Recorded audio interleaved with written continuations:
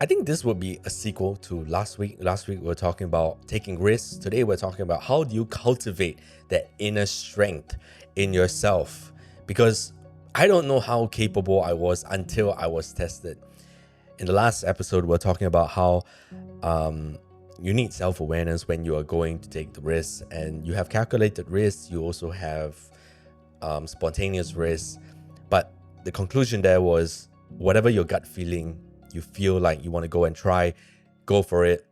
Don't take it as a big, you know, don't take it as the thing that you're going to be tied to for the rest of your life. Don't see it as just a learning experience, but an experimentation to how you are trying things. Because if it doesn't work out, you can just always tap out. You can always try again. You can always try differently, and so on and so forth. But today we're talking about cultivating inner strength and how do you go about doing that. And the first one is having self-awareness. Like I talked about multiple times, this is something that you can learn over time. You need to realize for yourself and then reflect.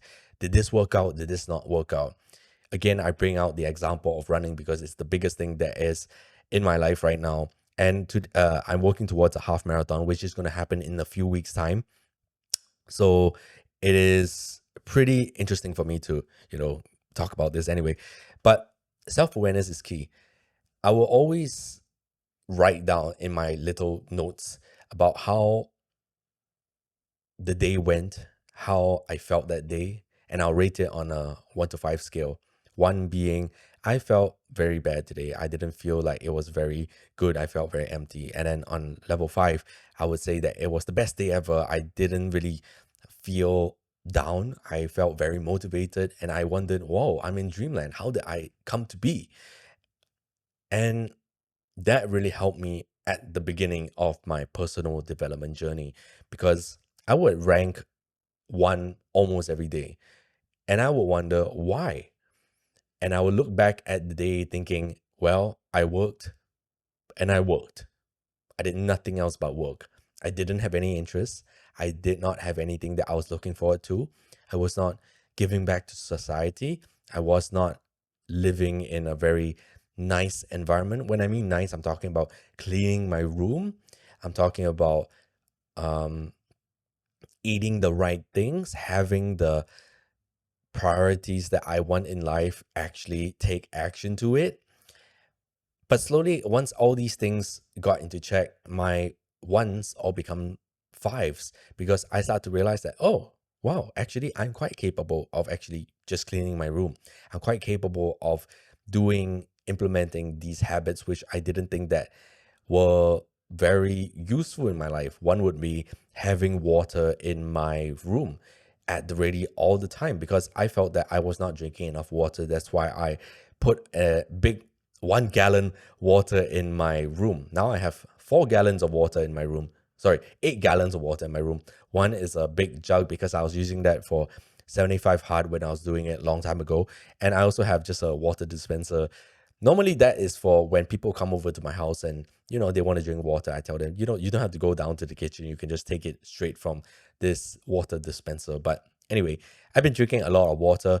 It feels very good because it's very refreshing, and at the same time I feel uh, more satiated compared to always thinking about filling it up with snacks and junk and all that kind of thing. I still try to eat healthy. Oh, no, sorry. I don't try to eat healthy. I eat very healthy. Me and my kimchi fried rice all the day.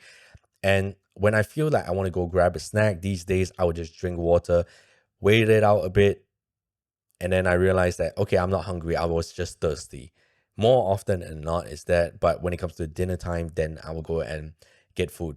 But yeah, that is something that I have grown to learn over time after all the self reflection. And again, after all the self reflection and making small adjustments to my life, it became, I wouldn't say perfect, but it became very good, and it is what it is today. Self-awareness, what's happening in your life, reflection on the day and the months and how you've been feeling. I think feelings are something that is very neglected when we are trying to pursue greatness or just growing ourselves in general, because when people reflect, they just ponder and just let it go all over the place. But if you have it written and you have said it to someone, because when you reflect, you are essentially recalling the experience. And when you do that, you start to see it from a third person point of view, no longer the first person. And you start to, in a very safe environment, it's all in your head. You're seeing it from different perspectives when you exchange with people or whatever exchange that you were doing. It's like the end of a FPS gameplay, the replay at the end of the game. If you die for some reason, you're starting to see it from a third person point of view, where it went wrong. And you start to realize, oh, I missed that corner. Oh, I missed that thing. Oh, I could have done this better. So that's how self-reflection can really help you to move forward in your journey of growth for basically anything.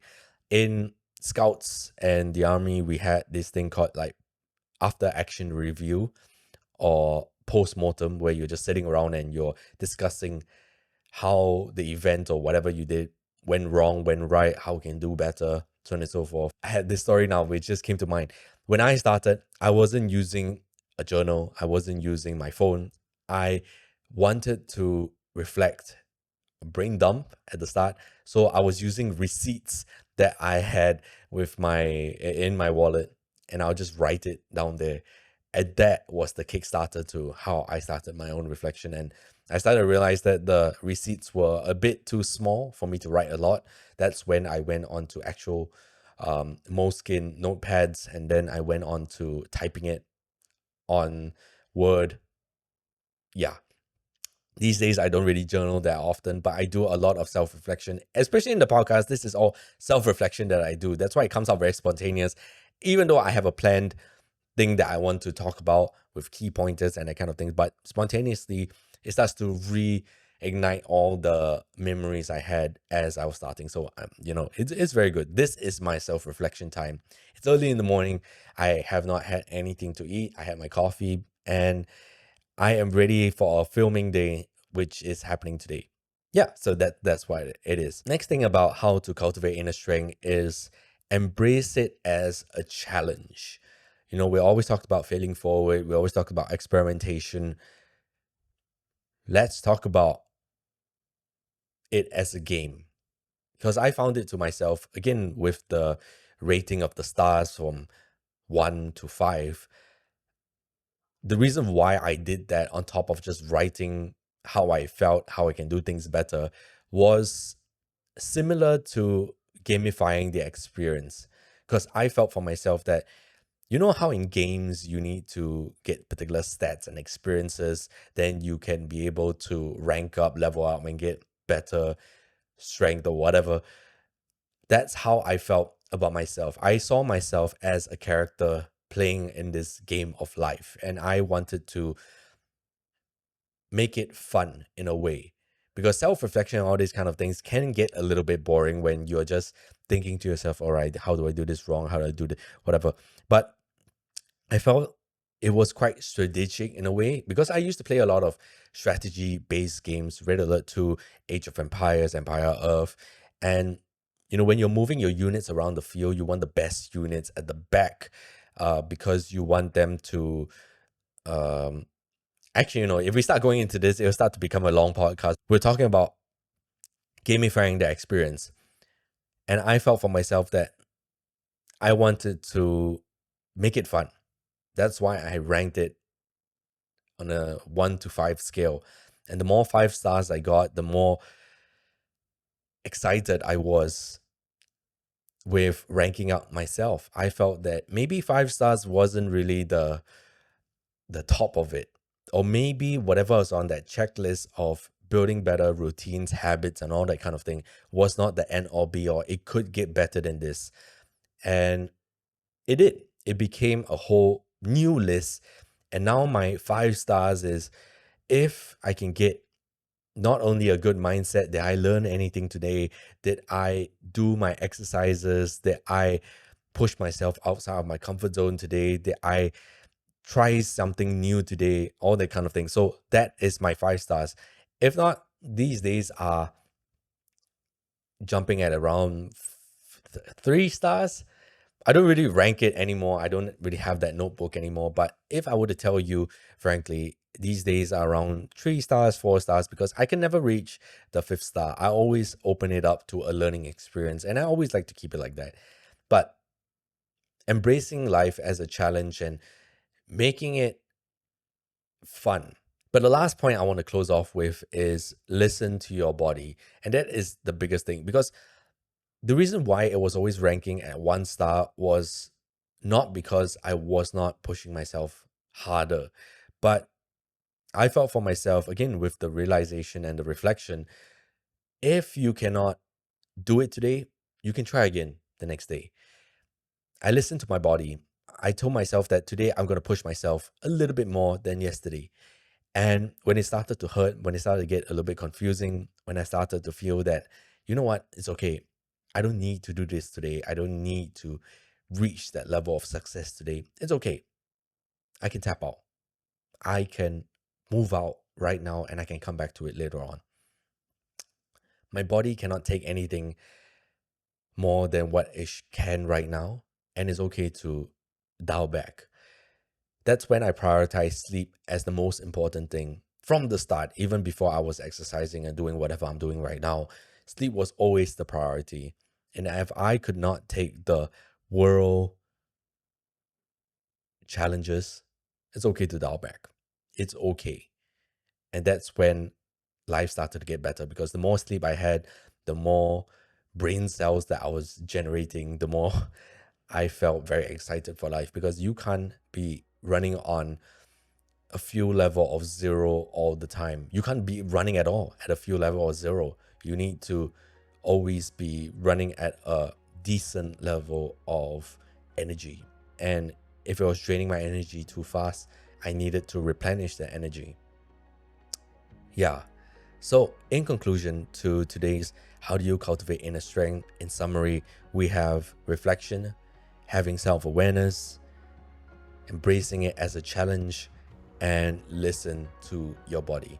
These are the 4 things that I would put down on my checklist of how I cultivate inner strength. But there are many more out there that you can implement, which is not so much in my books. That's why I only can tell you these things. But these things have helped me in my growth. So if you are growing and trying something different this year, trying to get out of your comfort zone, take it slow. You don't have to get everything all at once at the same time. So that's all I have to say for today. Hopefully you enjoyed it. Hopefully you are ready to take on risks. And I will see you guys on the next one. Goodbye.